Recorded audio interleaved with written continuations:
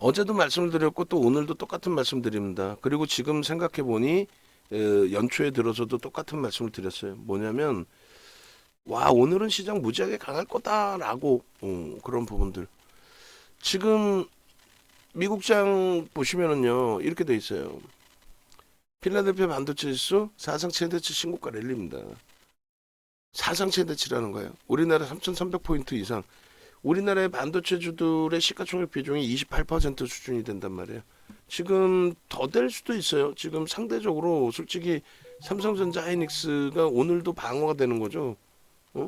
1%까지 삼성전자 더 미끄러지고 있습니다만 시장이 1.6까지 밀려요. 야, 지금 저거 좀 한번 줘보실래요? 미국장의 시가총액이 지금 바뀌었단 말이에요. MS사로 금요일자로 시가총액 1위가. 그래서 저기를 좀 한번 줘보세요. 미국장 시가총액 순위 오늘 좀 원고로 주시고 장중에 나오면은 알려주시면 그 부분에서 다시 보여드리고 공부를 할 거고. 그리고 삼성전자가 미치는 영향, 지수에 미치는 영향 계산하기 쉬워요.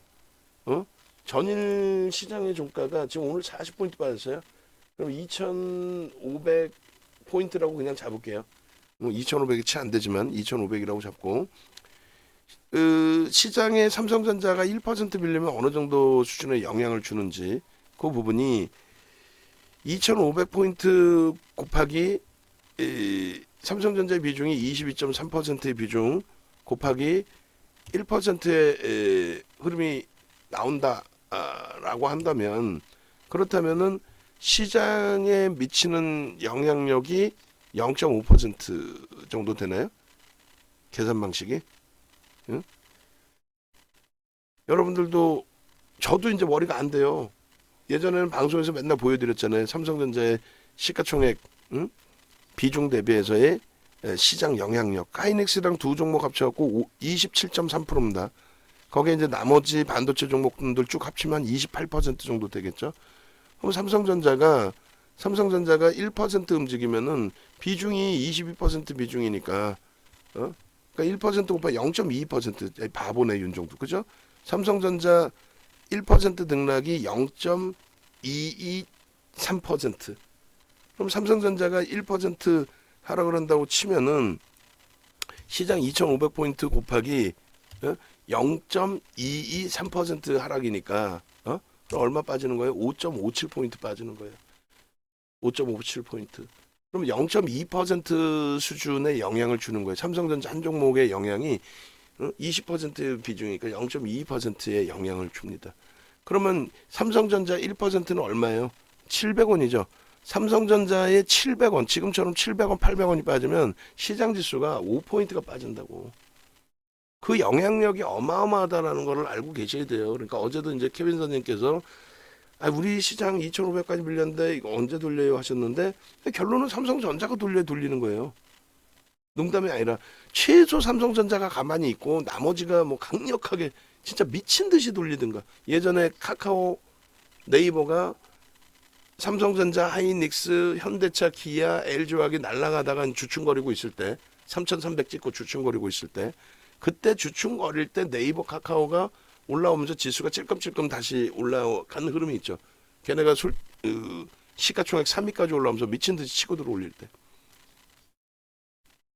결론은 전체 시장의 영향을 가지고 있는 쪽의 흐름에 연동돼서 흘러갈 수밖에 없는 상황이란 말이에요. 응?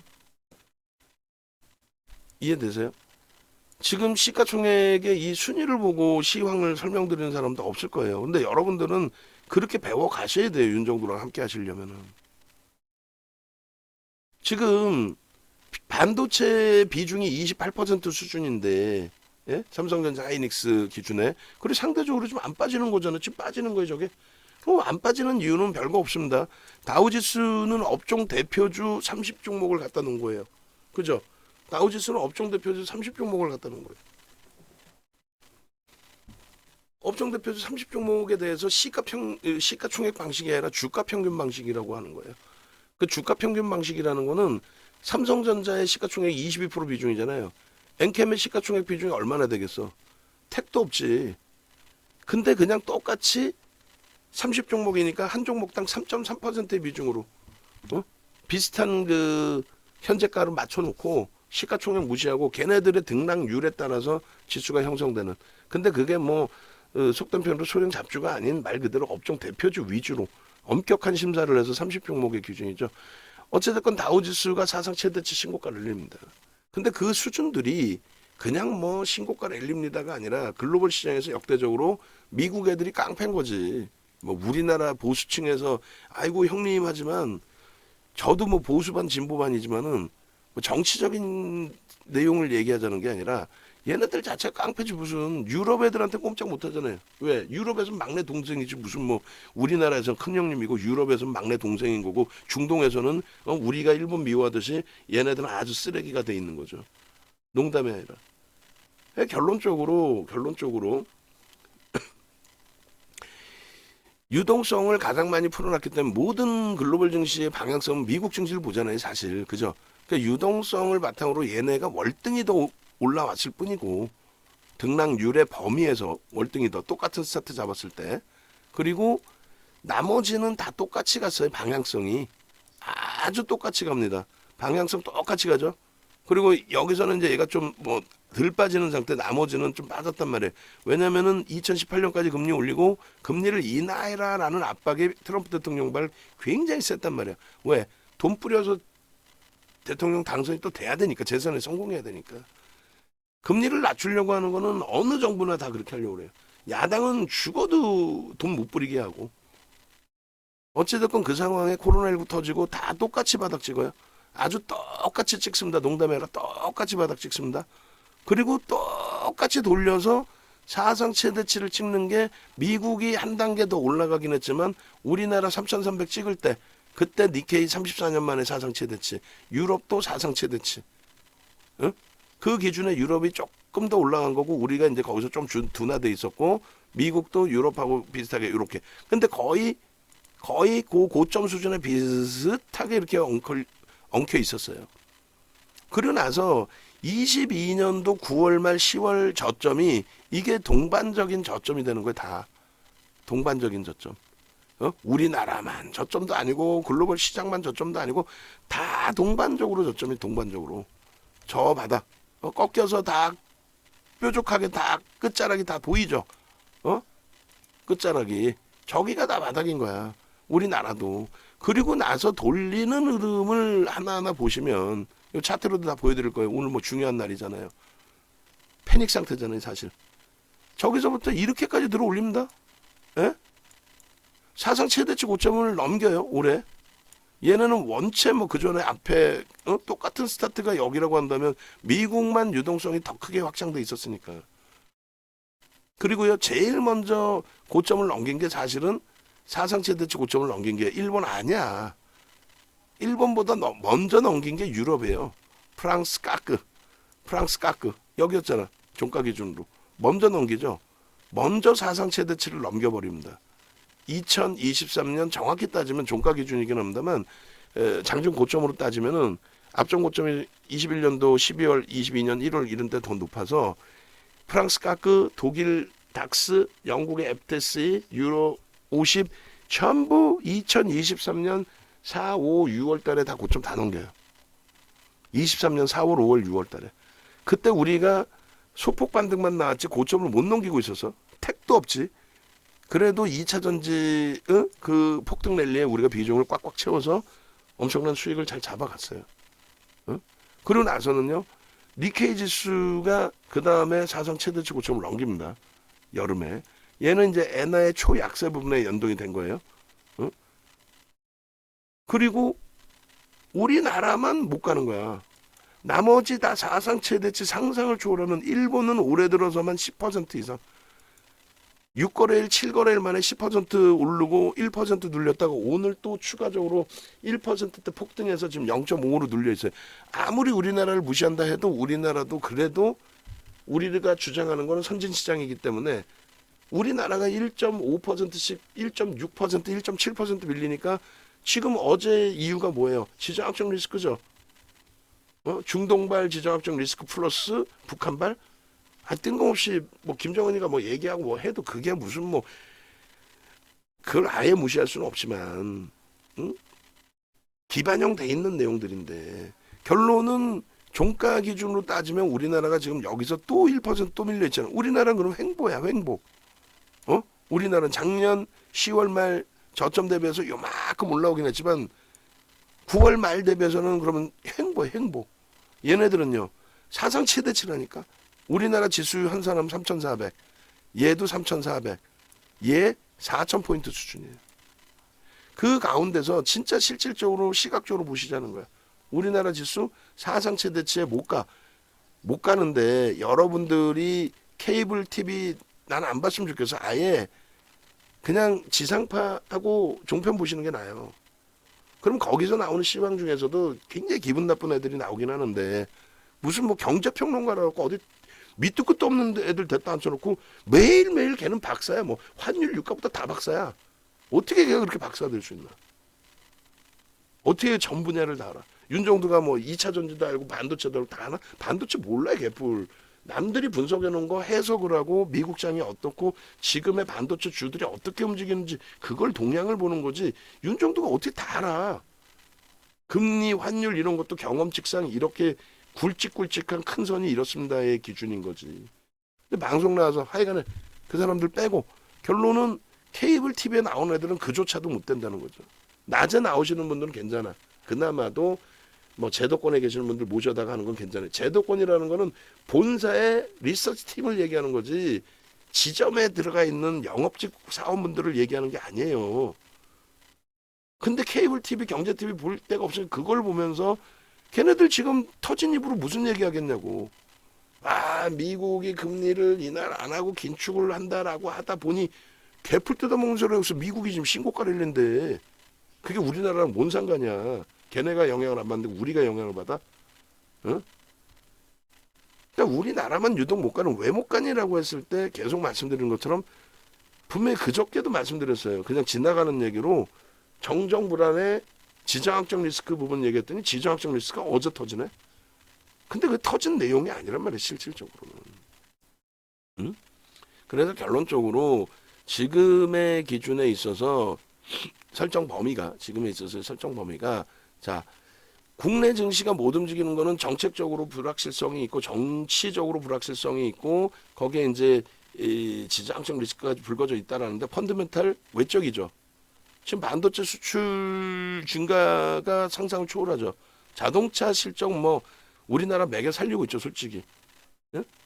그런 상황 속에서 펀더멘탈 외적인 요인에 프리미엄이 붙어있는 종목이 꺾여져 내려가는 건 그거는 뭐 누가 뭐라 그래요. 프리미엄 붙은 애들이 꺾이는 건데. 근데 그게 아니라 정상적인 애들의 기준을 놓고 얘기를 하는 거예요. 응? 누가 뭐라 해도 실적이 객관적인 데이터가 상상을 초월하는 애들. 지금 뭐 실적 부분의 기준치 범위가 지금 실적 잠시만요. 좀 보여드릴게요. 이틀 전 거에 있나? 잠시만요. 보셔야 돼요. 눈이 따갑더라도 보셔야 돼요. 눈이 따갑더라도. 아직까지는 오늘 정도가 패닉에 이제 조금 접어드는 거고 어제도 패닉이지만 오늘은 심각한 패닉이죠 지금. 근데 이 기준에 항상 말씀드리는 게 실적이란 말이에요. 50조를 전망을 하고 있고 이게 이제 역대 3위 정도 할 거예요. 2017년, 2018년도에 2017년도에 57조인가요? 하이닉스 기준에 15조, 순이익 10조 이게 역대 두 번째 수준이에요. 2017년도 수준. 그 수준의 실적을 이때 대비해서 내주는데 화폐 가치는 지금 많이 손상돼 있는 상황이죠. 삼성전자 같은 경우가 그냥 좋은 게 아니에요. 자사주 이익 소각이 11% 이상 있어요. 11%면 50조예요. 50조. 시가총액 셀트리온 합산한 거 삼성 바이오로직 하나 날린 거예요. 그냥 없앤 거야. 그러면 일주당 주당 가치가 어마어마하게 높아졌잖아요. 지금 글로벌 시장 시가총액 1위가 애플이 1월 8일 기준에 1위였잖아요. 그게 지금 바뀌었어. 근데 지금 엔비디아도 바뀌었을까봐 내가 물어본 거야. 엔비디아도 이제 얼마 안 남았죠. 아마존 뚫고 올라갈게. 농담이 아니라 아마존 뚫고 올라갈 게 얼마 안 남았어요. MS사가 1위가 됐어. 그리고 원래는 얘가 사우디 아람코하고 애플하고 시가총액이 비슷했어요. 40%더 올라온 거야. 재작년에 요 2천억 달러 요 수준이었다고. 2조 달러. 2조 달러 수준이었어요. 애플도 재작년에. 22년 1월 뭐 2월 이럴 때. 엔캠 지금 다시 11만 4천 원 위태합니다. 이탈되면 정리해요. 전량. 결론적으로 테슬라는 지금 9위까지 밀렸죠. 얘 순위에도 없어질 거야. 근데 무슨 2차 전지를 지금도 찾고 앉아있는 그 배터리 같은 애들한테 흠뻑 빠져가지고 지금 이탈돼 있는 분도 계시죠. 방 안에서. 두 분. 2차 전지에 그 엄청난 수익 냈다가 그 차익 실현 못하고 혼자 스스로 또 패닉에 빠져서 결국은 지금 2차전 갖고 계신 분들은 고점 대비 50% 60% 빠졌어. 근데 그걸 돌릴 수 있느냐? 때려 죽여도 내가 볼 땐 못 돌려요. 고점 못 넘겨. 테슬라가 박살인데 무슨 테슬라에 의해서 움직인 주가였는데. 결론적으로 실적이 되는 쪽 이외에는 들여다볼 수 있는 게 없습니다. 실적이 뒷받침되지 않는 종목에 거품이 빠지는 건 무섭게 빠집니다. 엔지엔솔 같은 경우에도 40만 원 수준 하고 있을 때 40만 원인가 그때 50만 원인가 하고 있을 때 뭐라고 제가 얘기를 했냐면 최고점 대비 60만 원 최고점 대비 70% 빠져도 이상할 거 없다. 20만 원 이탈돼도 이상할 게 없다 그랬어요. 20만 원이 이탈돼도 실적이 안 되기 때문에 빠져내릴 때 그렇게 빠진단 말이에요. 근데 결론적으로 프리미엄이 높은 쪽에 대해서 매달려 계시면 안 되고 결론은 이제 일단은 어찌됐건 돌릴 때 기준은 이 얘기를 뭐 실적 끝내주니까 얘를 사야 됩니다. 그 이 얘기를 윤정두가 하는 게 아니라 지금 메이저들이 그렇게 하잖아. 하이닉스, 현대차, 기아, 삼성전자, 우선주, 뭐 아이브, 삼성전기 이런 식으로 다 사죠 지금. 근데 이 중에서 의미를 부여할 수 있는 게 삼성전자, 하이닉스. 대주주 외국인 지분이 몇 프로에 87% 이상. 기관 지분 빼고 나면 90%가 넘어요. 기관 지분까지. 개인들이 10% 미만. 근데 개인들이 단타 치는 개인이야? 아니죠. 그렇기 때문에 삼성전자 하이닉스의 주가 방향성은 그냥 막 자고 일어났더니 등락이 나오는 게 아니라 조금 이따 보여드릴 미국 시장에서 미국 애들 무조건 쫓아가는 건 아니에요. 그런데 그들이 그쪽에 어떤 업황이 움직이는지 세계적으로 지금 업황이 어느 쪽이 초강세의 흐름을 나타내고 있고 실적이 어떻게 나오는지 그거에 의해서 움직여요. 그게 반도체가 움직인다면 반도체 쪽의 애들이 우리도 같이 가겠지. 왜? 그냥 막연히 쫓아가는 뭐 해운주 테마다 이게 아니라 업황이 좋아져서 그 실적이 눈으로 확인되고 있는데 그러니까 걔네가 간다는 거야. 그러니까 걔네를 때려서 하는 거야. 걔네를 때려서 샀는데 분위기가 야 삼성전자 오늘 한 2% 돌릴까? 에? 시장업종 리스크에 정치적으로도 불확실성 있고 윗방향의 매수를 안 하는 거야. 누군가가 계속 외국계 기관 투자자, 국내 기관 투자자 잡아줘야 되는데. 혹은 지금 정부가 총선 앞두고 여서인지 몰라도 무지하게 시장 우호적인 내용을 줘요. 그럼 나는 정부에서 나한테 전화 좀만 통화를 했으면 좋겠어.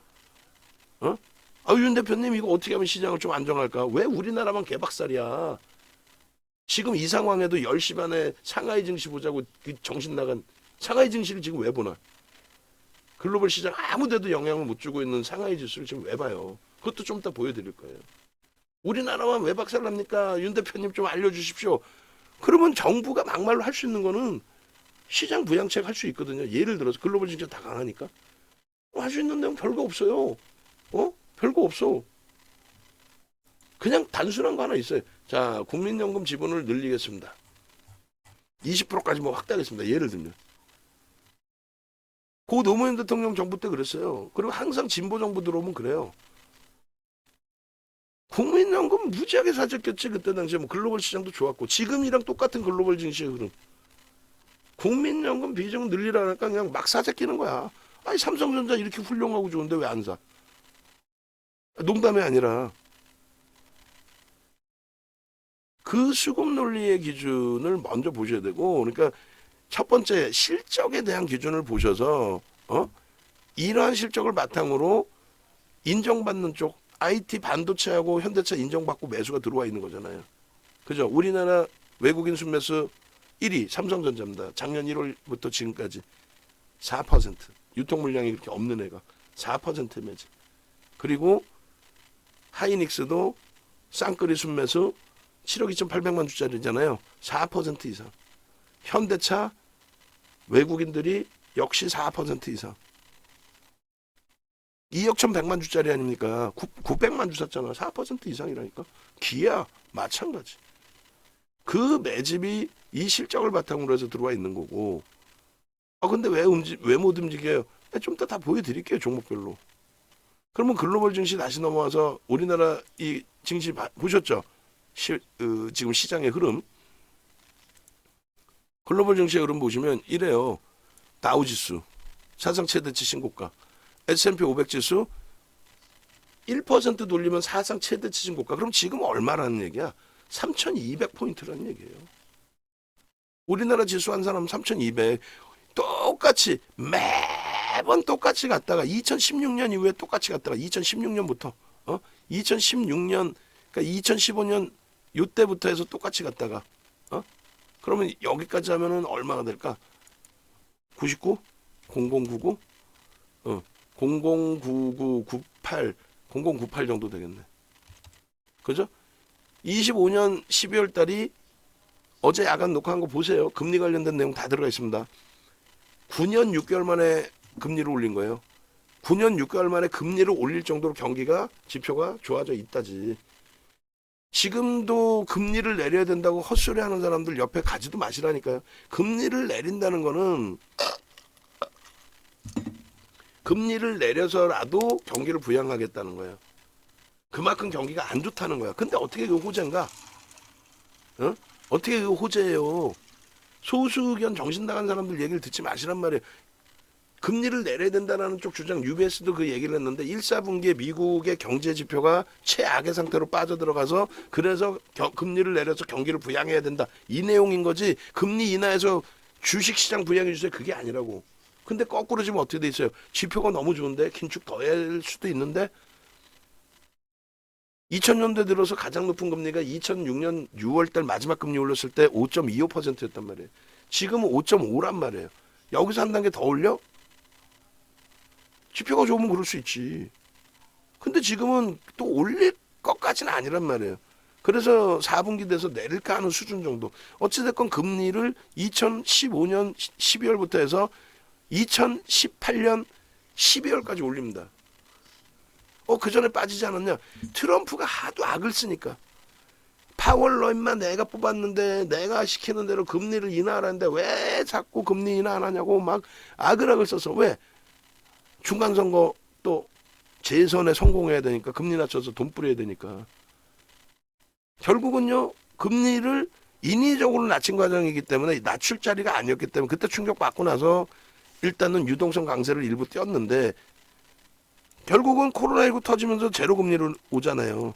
그러면 결론은 그 이전에 제로금리 언제 만든 거예요? 2008년도에 제로금리 만들어놨죠. 그 이전에 최저금리는 9.11 테러 때 1%, 9.11 테러 이전에 최저금리는 3%였어요.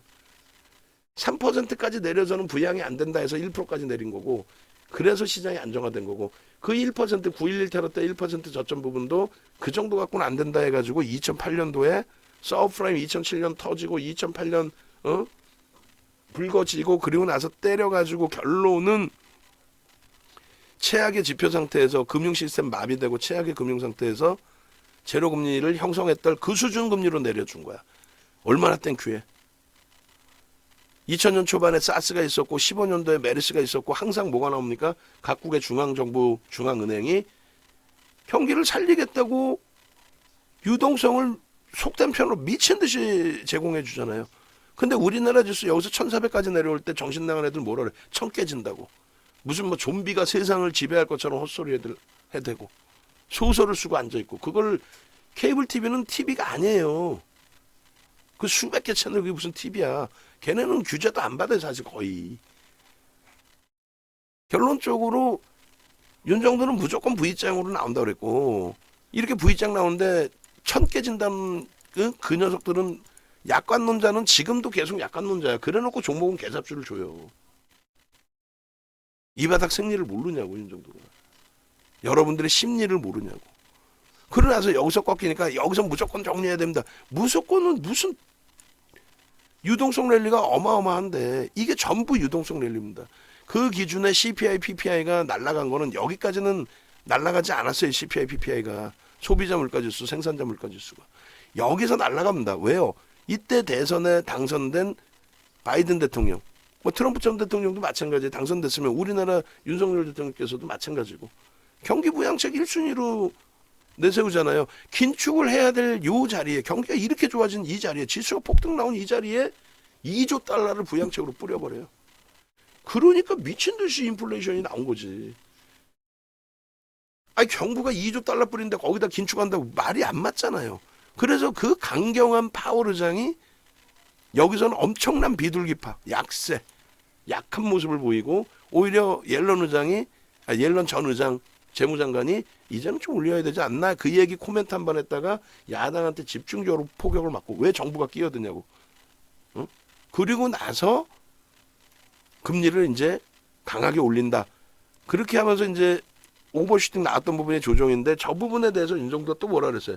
걱정 없다. 금리를 올리는데 무슨 걱정을 하느냐. 그만큼 지표가 좋은 거다. 그러니까 1년 동안 예를 들어서 금리 뭐 올려서 내렸던, 오버슈팅에 대한 내렸던 뭐 어찌됐건 그 자락에서 힘겨운 부분이 있었다 할지라도 22년도에 그렇게 힘겹지는 않았잖아요. 하반기에 무슨 뭐 2차 전지 이때 하반기부터 우리나라의 기준에 50% 비중 이상 채운 쪽이 날아가고 작년에 날아가고 그러면서 금리 인상기 아니에요. 최고 금리기 아니에요. 금리 인상이 악재라면 어떻게 신고가 랠리가 나옵니까? 그래 안 그래요? S&P 500 종목은 500개 우량 종목을 통틀어서의 지수를 산정한 거예요. 우리나라 코스피 200 지수처럼. 응? 대한해운 파범창 만들었으면 뿌리세요 다. 응? 글 새로 놓고 뿌리든. 지금의 시장의 흐름은 이 사상 최대치를 넘길 만큼 지표가 좋고 긍정적인가 가는 거지. 얘가 쓰레기 잡주도 아니고 지수 500개 우량 종목의 지수가 그냥 쓰레기 잡주가 그냥 뭐 이슈 때문에 날아가는 그것도 아니잖아요. 그러니까 시장에 대해서는, 글로벌 경기에 대해서는 무지하게 좋다라고 생각을 하시면 된다는 거예요. 나스닥은 얼마 못 갔네. 2016년 대비 254% 올라온 거예요. S&P 500 지수 163, 얘는 141. 이 나스닥의 경우는요. 필라델피아 반도체 지수가 끌어당기는데 얘는 643% 올라와 있어요. 뭐 비트코인 채굴부터 해서 거기에 들어간 반도체부터 해서 이번에 생성형 AI GPU에 포함되어 있는 반도체부터 해서, 또 반도체도 기초 소재란 말이야. 안 들어가는 데 없어. 다 들어가. 결론은요. 나스닥의 기준이 연간 단위로 작년에 올라온 이 연간 상승률 40%대 상승률이 어떻게 된다? 저게 20년 만에 폭등 랠리라고 해요. 상상을 초월하는 랠리가 나온 거예요. 근데 앞서서 보신 것처럼 뭐 그렇게까지 뭐 그렇게까지 하냐. 3,300인데 우린 2,500이 깨져 있는데. 그리고 글로벌 증시 대비 유동성이 더 풀려 있었기 때문에 더 높게 상승률이 났단 말이에요. 2016년부터만 따져도 퍼센테이지로. 방향성은 똑같은데 퍼센테이지로. 근데 그조차도 방향성이 우리나라는 연동이 안 됐죠. 저건 100% 연동이 된다니까요. 그러면 유럽 쪽 보시면은 이래요. 유럽 쪽도 사상 최대치 신고가. 작년 상반기에 우크라이나 사태 터지고 나서 뭐라 그랬어요? 아무런 영향 없다 그랬죠. 우크라이나 사태가 미친 영향 단일도 없다. 이스라엘 단일도 없다 그랬어요. 제가 분명하게. 전쟁은 무서운 거지만. 영향 줬어요? 유럽만 이렇게 한번 출렁거렸어요. 2022년 3월에. 하루에 5%씩 막 주간 단위 5%, 한 달에 막 10%. 근데 꼬리 달고 다 돌린 거고, 이거는 전체 글로벌 추인 거고. 가장 먼저 돌려. 우크라이나 사태 끝났어? 가장 먼저 돌려. 근데 얼마 전까지도 뭐 얘기하면은 우크라이나 사태 때문에, 전쟁 때문에, 뭔 전쟁이 개뿔. 유럽도 영향을 안 받는데. 가장 영향을 많이 받아야 될 쪽이고, 그들이 실질 영향을 받았었는데 꼬리 달고 다 돌렸고, 그거는 이제 우크라이나 영향 끝이라고 보시면 되고. 이스라엘은 뭐 더 제한 쪽이죠. 그 기준에 프랑스 까크, 독일 닥스, NH는 희한하게 FTSE를 여기서 볼 수가 없어요. 영국을 왜 못 보게 해놨는지. 어찌됐든. 일본요? 엔화의 약세 때문에 흐름도 있어요. 그 얘기하면 또 환율 얘기 깊어지니까 단순하게 갑시다. 사상 최대치 고점 뚫고 나서 얼마예요? 거의 20% 올랐다니까. 농담이 아니라 거의 20%. 우리나라 지수로 따지면 4,000포인트가 있는 거 지금. 아니 뭐 남의 나라 얘기가 아니라 똑같이 갔다니까 우리나라랑 등락률이나 뭐 이런 비슷하게 갔어요. 엔화의 약세 때문에 달러 환산 지수로 따졌을 때 그랬을 때에 달러 환산 지수로 따졌을 때에 니케이 지수가 강세를 띄어야 되는 게 맞아요. 우리나라 뭐 일부 뭐 금융도 개뿔 모르는 사람들이 나와가지고 야 일본 망했다 일본 봤지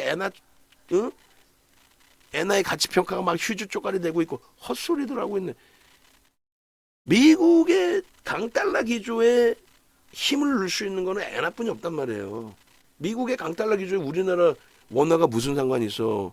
달러 인덱스에는 유로화, 파운드화, 엔화, 프랑스 달러, 캐나다 달러, 그 다음에 스위스 프랑, 그 다음에 덴마크의 스웨덴이에요. 그렇게 6국가의 화폐인데 GDP 비율대로 하기 때문에 그러면 결론은 그 기준에 유럽 쪽에서는 막내 동생이 어떻게 지 마음대로 하냐고 안 된단 말이야 그게. 그러니까 이제 엔화에 대해서 40% 50%의 엔화의 평가 절하, 그 다음에 달러의 강세. 그럼 엔화가 다른 국가들 화폐 대비해서 그렇게 약세냐? 아유 거짓말하지 말라고 그래. 무슨 다른 나라 화폐 대비해서 그렇게 약세야? 원화환율 보실까요? 그 정도까지 약세 아니에요. 근데 무슨 뭐 지금 일본의 여행객들 늘어나는 게 엔화 약세 뭐 그 부분이라고? 그것 때문에 늘어나는 것 같아요? 1년에 5년 살다 온 33년 전에 일본에 있었던 윤정두가 얘기를 해드릴게요. 35년 전부터 있었던 일본의 인건비는 그대로예요. 일본의 인건비는. 근데 우리나라의 인건비는 33년 전 대비해서 지금 시급이 일본이랑 똑같아졌어. 그러니까 옛날에는 1시간 일해서 돈 벌어서 하루 일해가지고 가서 라면 한 끼 그때 당시에 똑같이 뭐 비슷해요. 물가도 안 올랐어. 거의. 예? 라면 한 끼에 예를 들어 10,000원이라고 치면은 지금 10,000원은 우습잖아요. 우리나라 뭐 옆에 가면 삼선 짬뽕 10,000원 넘게 12,000원 받는데. 그러면 짬뽕 한 그릇 먹을 돈 일본 가면은 10,000원이면은 라면 먹고 맛있는 거 스시 먹거든. 옛날에 10,000원이면은 시급이 500원, 1,000원 했나? 700원 했나? 33년 전에요? 그럼 10시간 일해야 되거든. 근데 지금의 그 인건비, 특히 코로나19 이후에 더더욱 올라간 그 시급, 일당, 인건비의 기준이 올라갔고 화폐 가치가 훼손되면서 그죠? 일본 같은 경우에 뭐 급여는 우리보다 높아요. 사실 평균 기본은. 그런 내용들도 아셔야 된다는 거예요. 환율 부분에 있어서 물론 그 부분이 원화 환율에 있어서의 등락률 범위가 이거 뭐 엄청난 거 아니냐라고 해석할 수 있습니다. 20년 대비해서 이렇게까지도 야, 저 얼마였어 이거? 얼마 하락한 거야? 그럼 고점 대비해서 23%? 우리가 엔화 약세 때문에 진짜 막 여행 갑니다 할 정도의 약세인가요? 저 꼬리 단 거 빼고 나면은 그럼 여기 몸통부터 따지면 얼마? 20% 약세면 뭐 엄청난 거긴 하지만 이 약세가 2007년도에는요 그러면 2007년도에는 2015년도에는 2015년도에 비슷한 환율 아니에요? 그렇잖아요. 코로나19 이전에 일본 많이 갔어 윤정도도 이 당시 비슷한 환율이야. 뭐 엔화 약세 때문에 결론은 일본의 경기가 안 좋은데 저렇게 날아갑니까? 이슈 그냥 터져서 금리에 대한 이슈 터져서 날아가는 거야? 아니라고. 그만큼 좋다라는 거. 일본의 경기도 뭐 죽는 소리 애 앓는 소리 하고 있어도 아이고 힘들어요 뭐 힘든데 지수가 가냐고. 응? 글로벌 경기의 동향은 어찌됐건 지표는 무조건 긍정적으로. 왜? 중앙정부나 중앙은행이 돈을 뿌려댔고 그렇게 진행을 해왔기 때문에 그래요. 근데 그걸 무시하면서의 설정을 잡을 수는 없단 말이지. 그럼 글로벌 경기 다 좋죠. 근데 여기서 중국 증시를 봐. 다 보세요. 일본, 다우, 전부 유럽, 우리나라 다 비슷하게 흘러갔죠. 언제까지? 요 바닥 찍고 돌릴 때 기준에 22년 말까지는 거의 비슷하게 다 간 거야. 중국 볼까요? 여러분들이 10시 반에 보는 중국. 여러분들 아무것도 모른다. 여러분들 돈이지 내 돈이냐고. 또 유료 활동하는 사람들 돈이야? 여러분들 돈이지?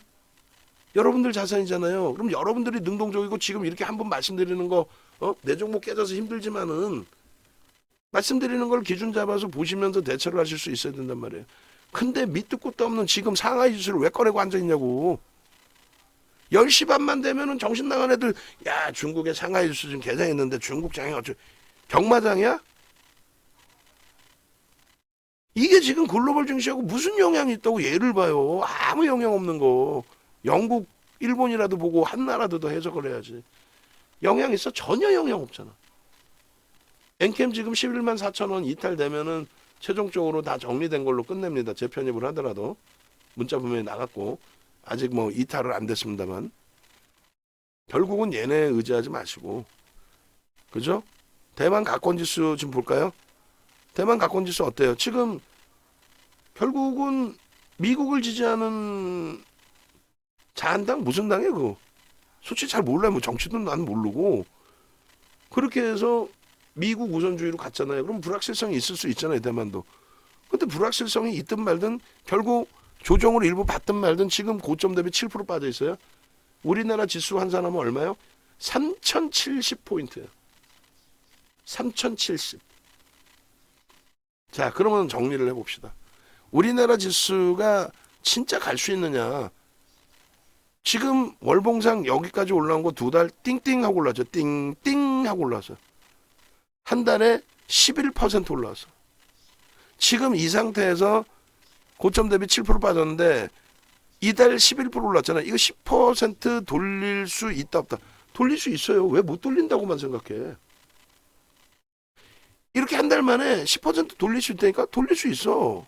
그죠? 이때 당시 기준처럼 17%도 강세가 나올 수 있어. 우리나라만 자체적으로 아니지. 글로벌 시장 다 같이 연동돼서. 응? 지금 글로벌 시장하고 연동돼서 다 똑같이 갔잖아요. 똑같이. 여기서 띵띵 이거 지금 당장이라도 월말까지 강법으로 돌릴 수 있다니까. 예를 들어서 왜 안 된다고 생각하세요? 지난달 대비 지지난달 대비 우리나라 지표가 안 좋은 것 같아요. 삼성전자 하이닉스 마이너스 영업이익 8조에서 올해 순이익 흑자 전환인데 흑자 전환만 하나 어찌됐건 그래도 흑자 전환 기준에 얼마였어요? 아까 8조 8조 볼까요? 아니 왜 안 된다고만 생각을 하시냐고. 자꾸 영업이익 8조로 전환되잖아. 작년 마이너스 8조에서. 아니 뭐 7조 예상했는데 5조 6조 5천원 났다. 이게 어닝 쇼크야? 정신 나간 친구들 얘기를 왜 들어요? 올해 영업이익 35조 예상하는데 5천억 들라온 게 무슨 영향이 있어? 35조 영향 예상하는데. 엔캠 전부 다 매도된 겁니다. 제로 베이스예요. 결론적으로 얘네들이 안 돌리면 못 돌려. 그러면 얘네들이 이 흐름에서 삼성전자 하이닉스의 역할이 있었느냐라고 했을 때 삼성전자의 역할이 있었죠. 왜 없어? 띵띵. 띵띵이잖아. 띵띵. 9% 땡기고 7% 땡기니까 지수가 돌려진 거 아니에요. 얘가 돌려줘야 지수가 가는 거예요. 2달 동안 11월 12월 달에 우리는 안 행복했어? 그냥 행복했지. 변동성 종목 막 상한가 가고 막 난리가 아니지. 지수가 가니까 나머지 막 가잖아. 지금 지수가 무너지니까 아니 삼성전기가 무슨 이유가 있어서 지금 빠지겠냐고. 1.8% 지금 시장 밀릴 때 삼성전지가 지금 이유가 있어서 밀려요? 내가 볼 땐 이유 없는데. 낙폭 심화되고 돌릴 때 그러면 얘도 잡아 들어가야 돼요. 거래가 제한적인데 거래가 제한적이잖아요. 거래 터졌어요 지금? 29만 주 터진 거야? 최소 100만 주 이상 터져야 된다고 그랬죠. 최소. 그 상태에서 왜냐면 100만 주가 안 터졌는데 이 거래량에 외국인과 기관이 팔 수 있는 물량이 얼마겠냐고. 개인들이 오늘 하루에 떠날 수 있는 게 얼마겠냐고. 이 누적 수급 이만큼 이따시만큼 있는 애가 이따시만큼 있는 애가 이거 오늘 하루에 던질 수 있는 물량이 얼마겠냐고. 안 된단 말이야. 근데 주가만 속담배 개박살을 내놨죠 지금. 갖고 계신 상황에서는 감내하셔야 되고 팔고 쉴 거 아니면. 안 갖고 계신 분들은 저점 편입 저가 편입을 할 수 있어요. 근데 음봉인데서 그러면 1% 2% 정도 6% 빠졌으니까 2% 정도 돌리면 그때 사면 돼. 엔캠 짜증스럽지만 최고점 놓쳤지만은 또 오늘 매수사인보다 밑에서 오늘 사신 분들은 손절이 될 수도 있겠지만은 뭔 손절이야. 9만 천 원부터 들어간 거 잘라냈다가 돌리면 또 사면 돼. 종목 좀 더 하나씩 또 다 보겠지만은 힘겨운 거 압축하면 돼. 결론적으로 삼성전자의 기준에 띵띵 두 번 움직여줘서 얘가 두 번 움직여줘서 잡아냈잖아요. 근데 삼성전자 실적이 지금 또 예를 들면 전망치가 개판으로 하회됐어요? 아니잖아요. 그럼 미국 증시 다시 봅시다. 미국 증시 다시 봅시다. 미국 증시에서 뭘 볼까요? 자, 시가총액 상위 종목을 봐봅시다. 어? 지금 시가총액 1위가 누구라 그랬어요? 마이크로소프트사가 올랐죠. 사상 최대치 신고가 뚫고 나서 얼마요? 10%도 올라와 있어요. 10% 이상 350불이라고 잡으면 10% 이상도 올라와 있어. 사상 최대치 세계 시가총액 1위. 응? 얘도 16년부터 볼까요? 15년 말 700% 올라와 있다고. 2위가 누구예요? 애플이에요. 애플 얼마 올라와 있어요? 사상 최대치 고점 뚫고 10% 올라갔다가 지금 사상 최대치 고점 수준에 있어요. 그냥 이제는 사상 최대치가 그 위지만 애플 시가총액 MS가 넘기고 몇 년 만이에요. 굉장히 오래간만일걸요. MS가 1위였어 원래. 예. 3위가 누구예요? 알파벳입니다. 얘는요 52주 신고가 랠리. 52주 신고가 랠리. 어? 그 다음에는요 아마존 52주 신고가 랠리.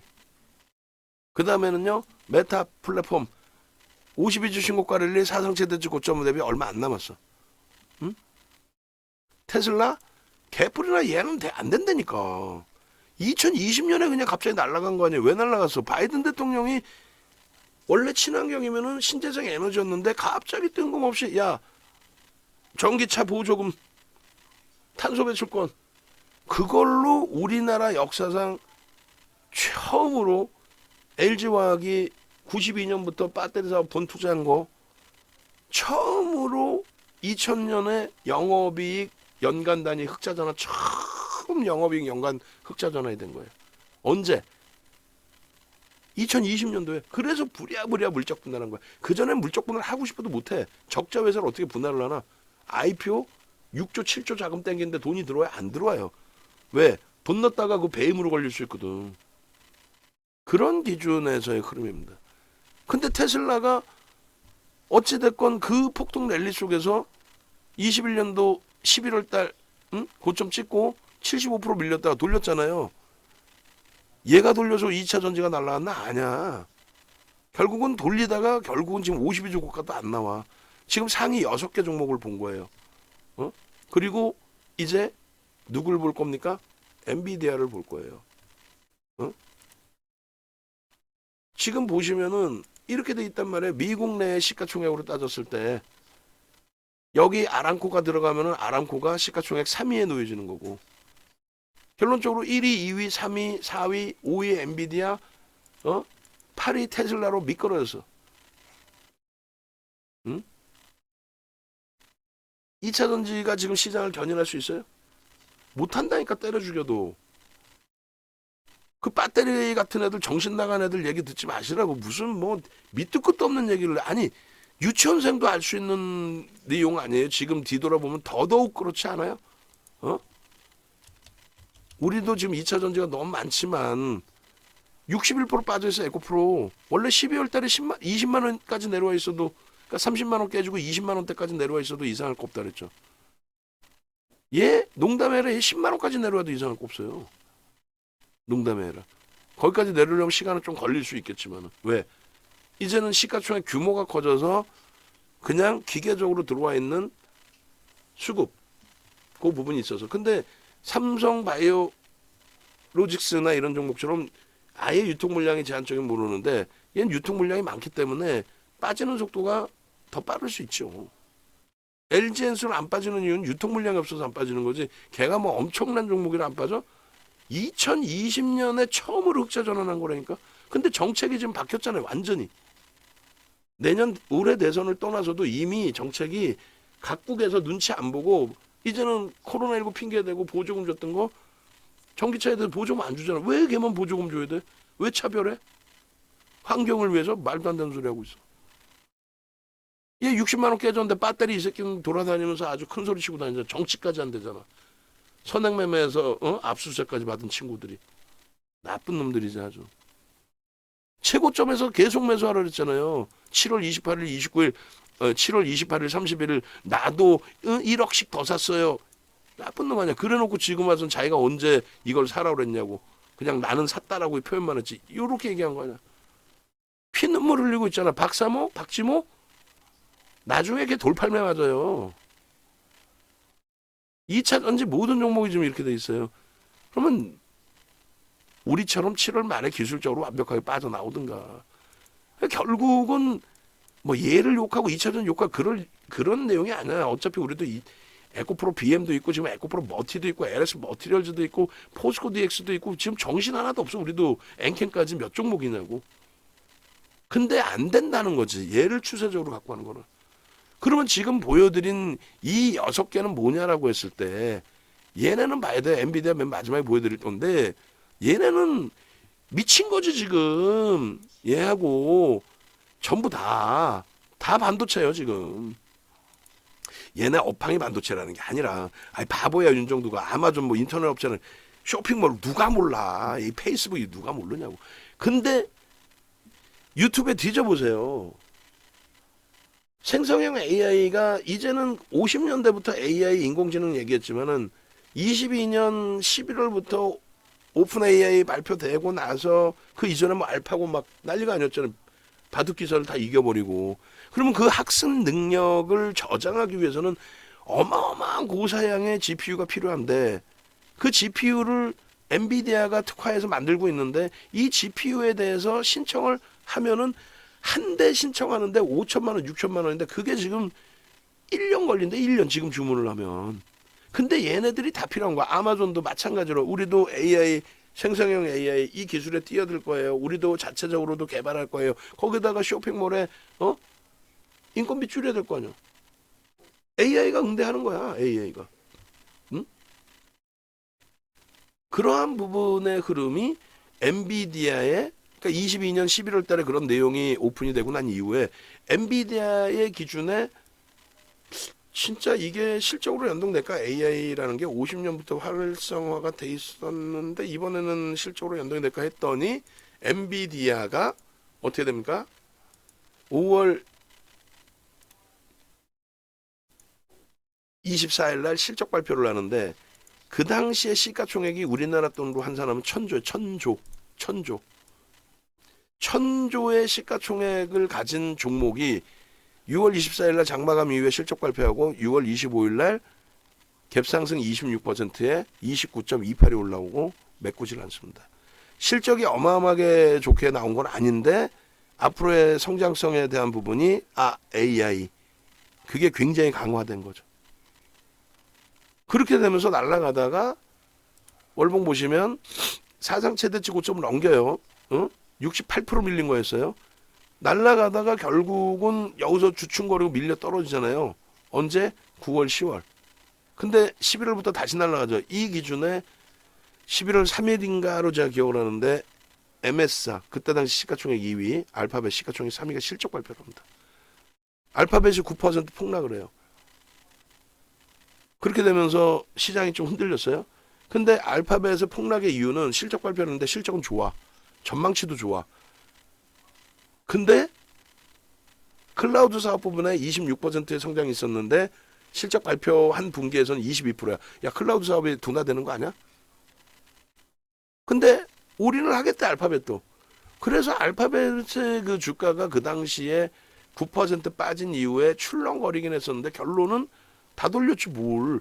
이게 제 11월 3일이라고 착각을 했네. 10월 25일이네요. 10월 25일 날 출렁해서 9% 빠지고 충격받았지만 결국은 지금 저거 다 돌리고 신고가야. 요 기준에.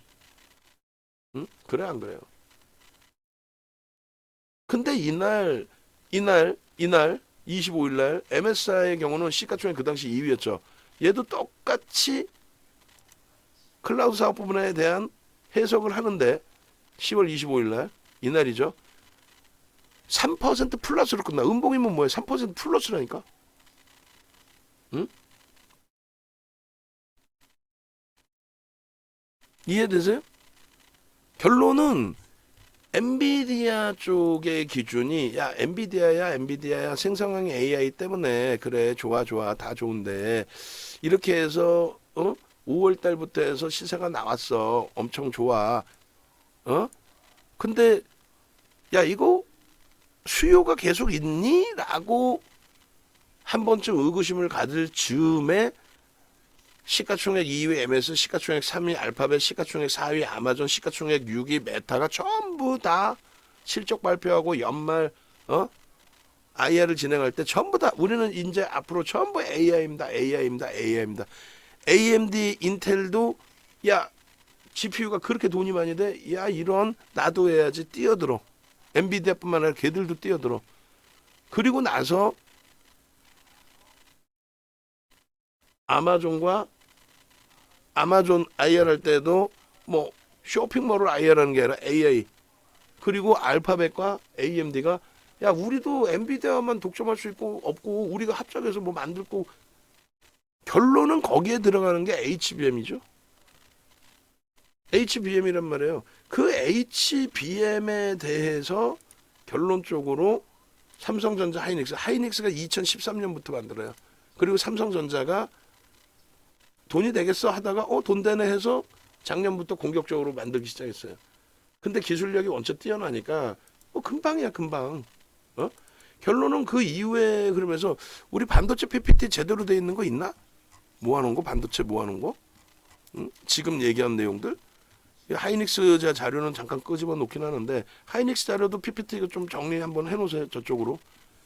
하이닉스의 기준에서도 그렇고 방금 이제 이게 지금 요건 지금 다 압축해 놓은 거고 반도체 제대로 해놓은 게 저쪽에 있을 텐데 한번 찾아놔 주세요.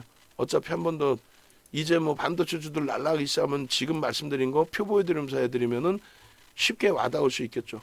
그래서 결론적으로 우리가 저 뭐죠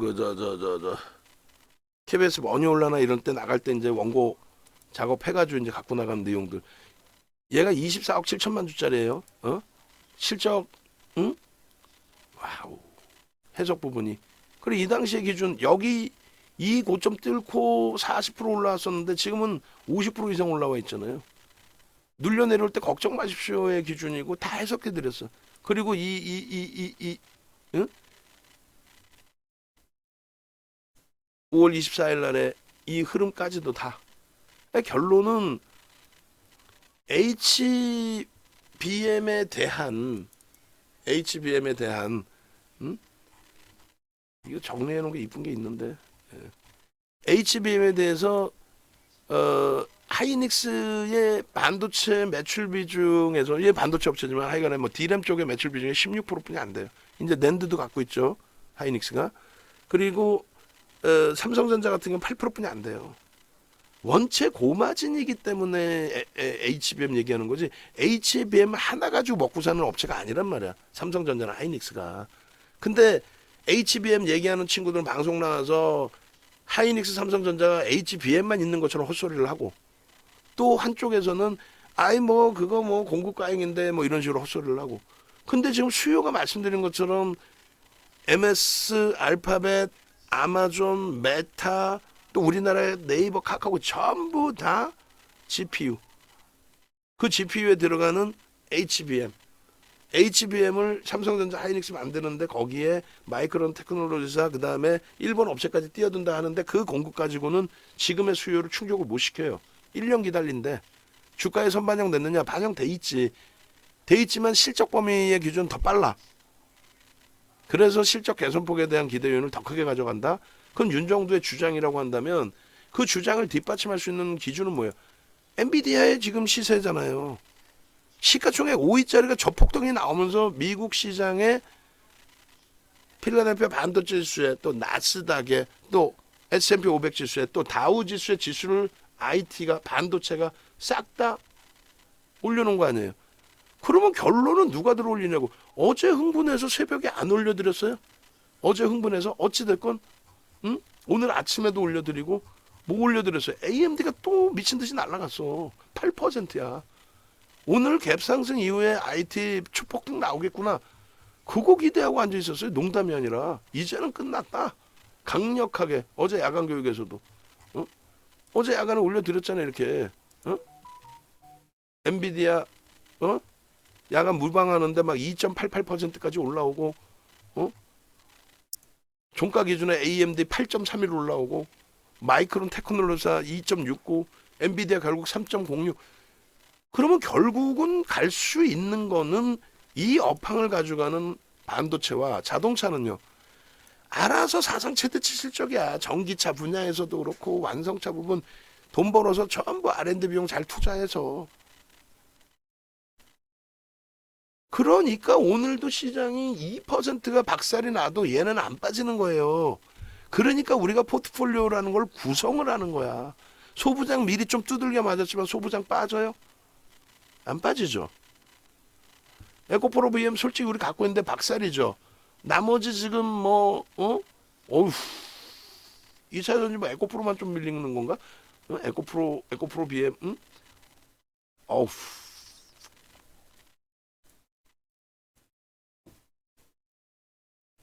오히려 뭐 방귀낀 놈이 승낸다더니 게다가 박살이 나서 힘겨 죽겠는데 윤정두란 친구는 죄송합니다 미안합니다 잘못했습니다 하는 게 아니라 악을 쓰고 지잘난 체하고 앉아있어.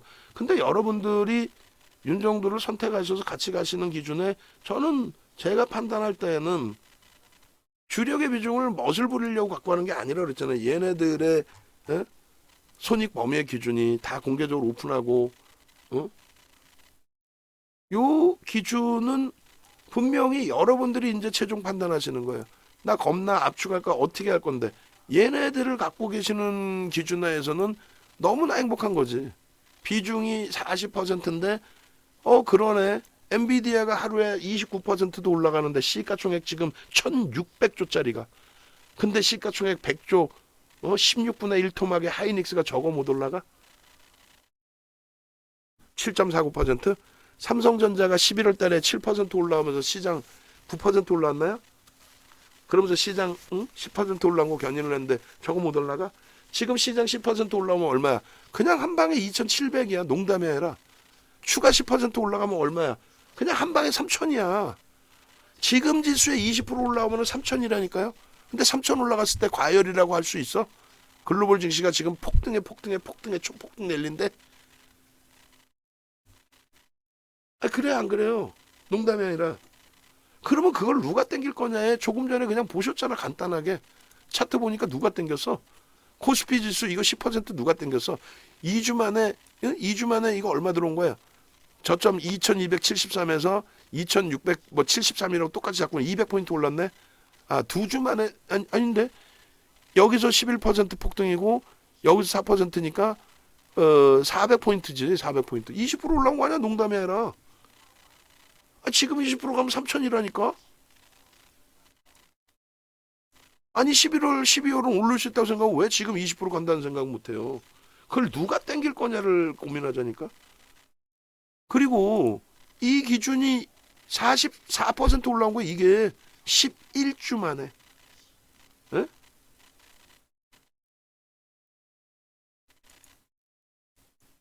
아픈 기준이면은 결론은 어떻게 한다? 압축하시고 대처하는 방법이 있고 그리고 또 지금 전략 기준 잡을 거예요. 그 전략 기준 잡으면 최종적으로 들어보시고 그래 이렇게 대처해야겠다. 그 기준만 설정하십시오.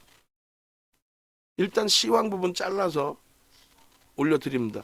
외부에 계신 분들 또 VIP방 문자방에 계신 분들 전부 VVIP방으로 오세요. 네이버에 외부에 계신 분들은 네이버에서 윤정두 검색하시고 네이버에서 이렇게 검색하시면 나와. 지금 조금 전에 화면이.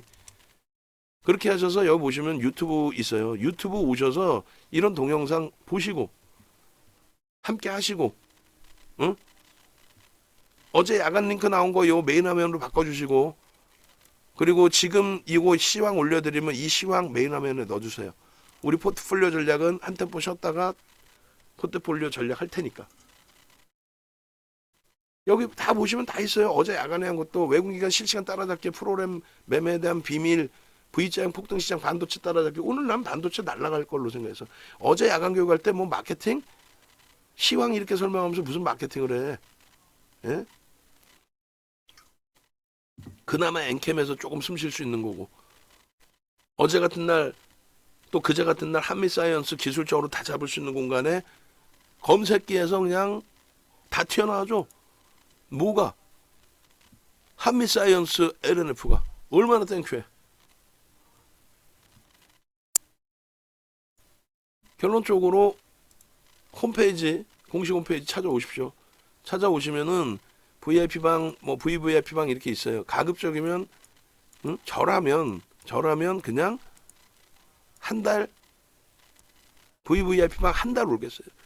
뭐 문자반 2 플러스 1 198만 원, 뭐 VIP방 뭐1 플러스 1 198만 원 그거 하느니 한 달 이걸 하겠다고. 그렇게 해서 한 달 동안에 시장 대비해서 내 계좌가 방어가 되고 시장 대비해서 내 계좌가 수익이 확정될 수 있는지 나와줄 수 있는지 그리고 나서 여유가 생기면 그 수익 자금 가지고 변동성 매매도 잡아낼 수 있는지 그걸 생각하셔야지 싼 게 비지떡이라고 뭐 저가 상품 들어가서 어떻게 대처하시겠다는 거야. 이렇게 실시간으로 듣고 대처하고 엔캠도 오늘도 뭐 아쉽지만은 어찌됐든 평균 15만 2천 원에 일단 정리해 놓은 거고 그리고 그 정점은 아니라고 그랬잖아요. 시장 상황도 있으니까 눌려 내려온 부분은 아쉽지만 전화하세요. 지금 당장. 혼자서 감당되시겠어요? 응? 시장 어수선해 갖고 1월 달에 연장 안 하시고 이탈되신 분들 지금 어떻게 대처하고 계실까? 우왕좌왕하시고 투매하시고 내동매매하고 지금 정신없을 수 있거든요. 그러다가 한 방 어떻게 따라붙자 해가지고 한미사이언스 같은 종목 그냥 한 방 따라붙었다가 상한가 상따 따라붙었다가 상따 따라붙은 그 저 친구들 많을 거 아니야 그 케이블 방송에 나온 애들 중에 우리는 오히려 정리해야 됩니다. 개파락 나올 수도 있습니다. 결국은 개파락 나오고 15% 밀리고 그러면 또 손절하고 야 해운주가 가나 해가지고 또 해운주 상한가에 따라잡고 또 밀리면 겁나서 또 손절하고 그런 흐름을 왜 가져가냐 이거야. 그냥 삼성전자 하이닉스가 밀리면 얼마나 밀려 있어요. 소부장 쪽이 충격을 최근에 많이 받았지만은 걔네가 얼마나 밀려 있냐고. 바로 전화하시고 합류하시고 그리고 하도 지금 전화 와가지고 아니 연말 연초에 그 문자반 하던 거 문자반 좀 하도 옆에서 직원분들이 괴롭혀서 다시 오픈을 해놨어요. 근데 말씀드린 것처럼 VVIP방으로 오세요. 이 2달을 끊느니 저라면 VVIP방 한 달을 해서 여러분들이 원하는 시간에 접속을 하셔가지고 물어보고 싶은 거 또 포트폴리오는 어떻게 구성하나요? 포트폴리오 다 보내주시고 그렇게 대처하셔야지. 응? 또 종목 검색기 불기둥 AI 무료로 받으시고 응? 전화 지금 바로 하십시오.